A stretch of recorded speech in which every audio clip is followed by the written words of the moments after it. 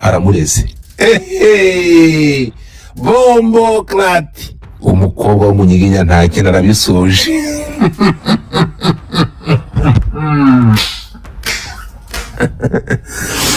Yo, nukuri kw'Imana. I swear you can check these messages, izi message zakozwe.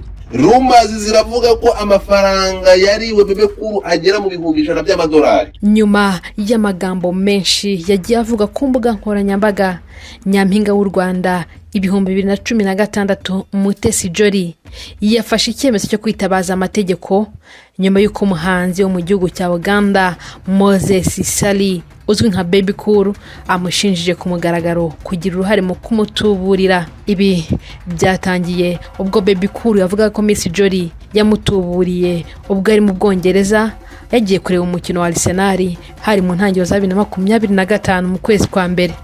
Ariko nyuma yo kumenya ko hari nabandi bagiye batuburirwa muri ubu buryo, Bebe ngo yanze guceceka bishyira hanze ndetse avuga ko inzego zibishinzwe zakora iperereza ryimbitse.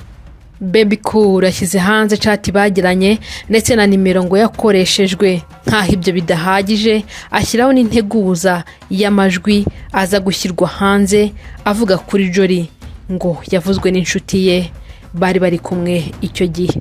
Benshi babigarutseho ku mbuga nkoranyambaga iyabaye topic. Rumors ziravuga ko amafaranga yariwe Bebe Kuru agera mu bihumbi 100 by'amadolari. Ntabwo ndabihamya neza, niko bivugwa kuko ntabwo arashyira receipt. Mwibuke ko ari buze kugaragaza transaction zagiye zikorwa n'uburyo yohereje amafaranga. Yaje kutwereka nimero ya Mutesi Jolly ngo yatatigaga nayo yayitweretse. Bebe Kuru ni byiza ko dufite zino chat tuzi n'amasaha yazo. Ngaho niyongere atwereke zino chat izina Mutesi Jolly UK ritariho, turebe niba ari ya nambara yatweretse.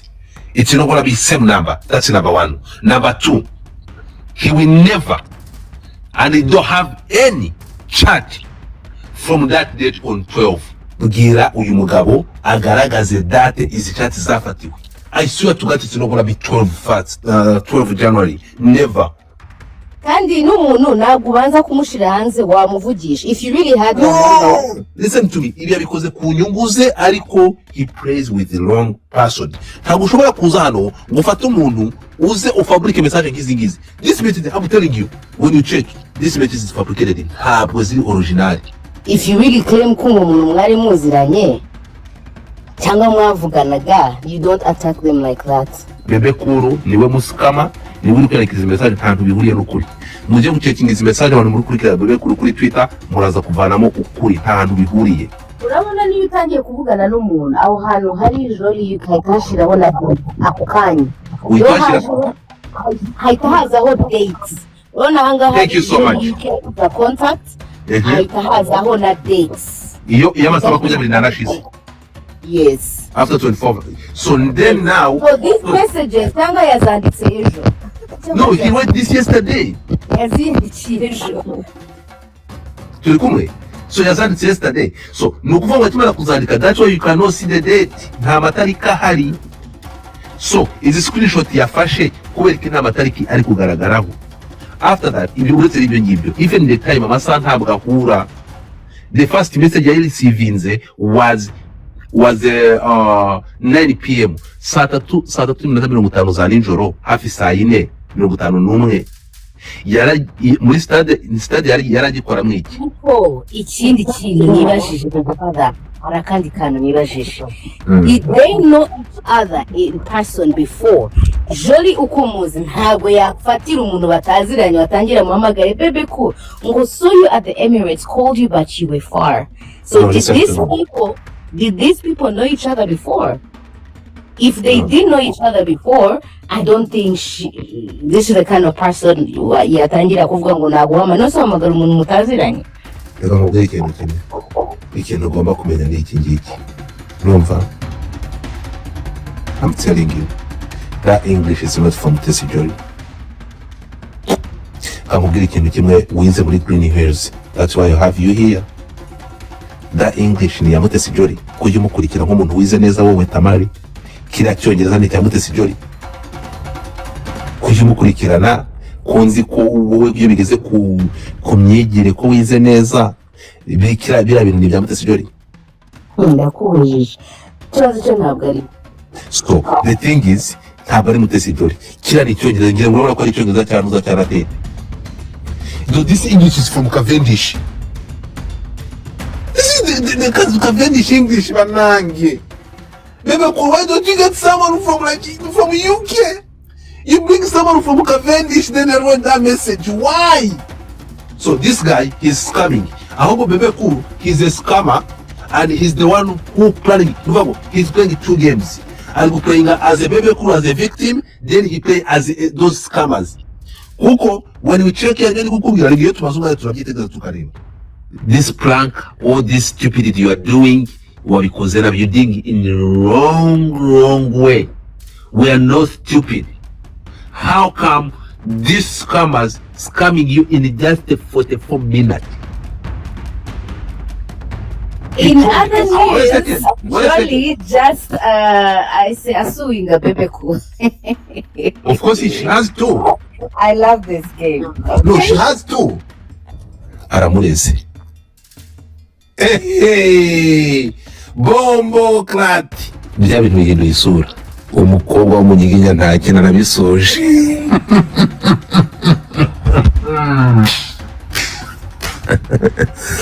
Yo, nukuri kw'Imana. I swear, you can check these messages, izi message zakozwe. Miss Jolly yifashishije inyandiko y'amapaji 2 yasinywe n'ibiro by'abanyamategeko Mbide and Co-Advocates, yavuze ko ibyo Bebe Kuru yatangaje ari ibinyoma bimusebya, bityo amusaba kubikosora mu maguru mashya cyangwa agahura n'ingaruka z'amategeko. Aba banyamategeko ba Mutesi Jolly bavuga ko tariki ya 16 Kamena 2026 ahagana saa 5 z'ijoro Bebe Kuru yakoresheje konti ya X atangaza amagambo avuga ko Mutesi Jolly yaba yaragize uruhare mu buriganya bwo kwambura amafaranga Bebe Kuru bwabaye mu mwaka wa 2025. Nk'uko muri iyi baruwa bigaragara, ayo magambo ngo yashyizwe ku mbuga nkoranyambaga agamije gutesha agaciro Miss Jolly ndetse no kwanduza izina rye imbere y'abaturage, kandi ngo nta shingiro bifite. Abanyamategeko bo bashimangiye ko umukiriya wabo atigeze agirana na Bebe Kuru imikoranire yari yo yose, haba mu bucuruzi, mu itumanaho cyangwa se mu bundi buryo bwari bwo bwose.